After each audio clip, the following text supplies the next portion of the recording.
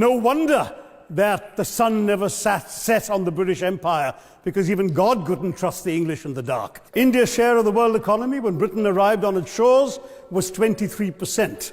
By the time the British left, it was down to below 4%. Why?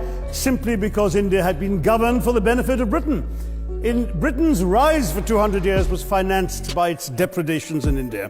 In fact, Britain's industrial revolution was actually premised upon the deindustrialization of India. The handloom weavers, for example, famed across the world, whose products were exported around the world, Britain came right in. There were actually these weavers making fine muslin, light as woven air, it was said.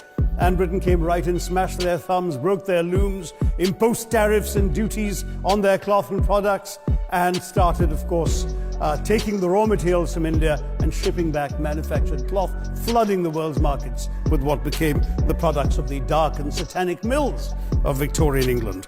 That meant that the weavers in India became beggars, and India went from being a world-famous exporter of finished cloth into an importer, went from having 27% of world trade to less than 2%. Meanwhile, colonialists like Robert Clive bought their rotten boroughs in England on the proceeds of their loot in India, while taking the Hindi word loot into their dictionaries as well as their habits.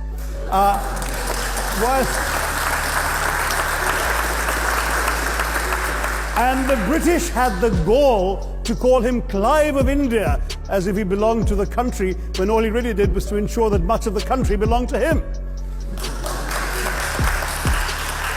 By the end of the 19th century, the fact is that India was already Britain's biggest cash cow, the world's biggest purchaser of British goods and exports, and the source of highly paid employment for British civil servants. We literally paid for our own oppression. And as has been pointed out, the wealthy Victorian British families that made their money out of the slave economy, 1/5 of the elites of the wealthy class in Britain in the 19th century owed their money to transporting 3 million Africans across the waters. And in fact, in 1833, when slavery was abolished, what happened was that a compensation of £20 million was paid, not as reparations to those who had lost their lives or who had suffered or been oppressed by slavery, but to those who had lost their property. I was struck by the fact that your Wi-Fi password at this union commemorates the name of Mr. Gladstone, the great liberal hero. Well, I'm sorry, his family was one of those who benefited from this compensation.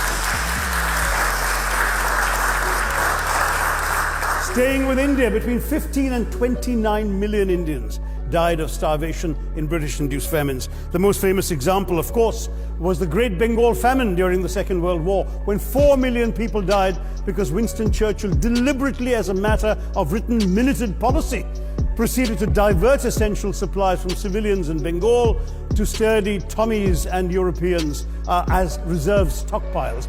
He said that the starvation of anyway underfed Bengalis mattered much less than that of sturdy Greeks. This is Churchill's actual quote. And when conscience-stricken British officials wrote to him, pointing out that people were dying because of this decision, he peevishly wrote in the margins of the file, "Why hasn't Gandhi died yet?"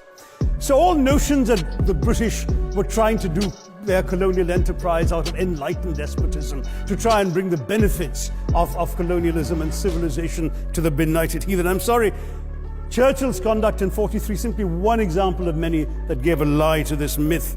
As others have said on the proposition, violence and racism were the reality of the colonial experience. And no wonder that the sun never set on the British Empire, because even God couldn't trust the English in the dark.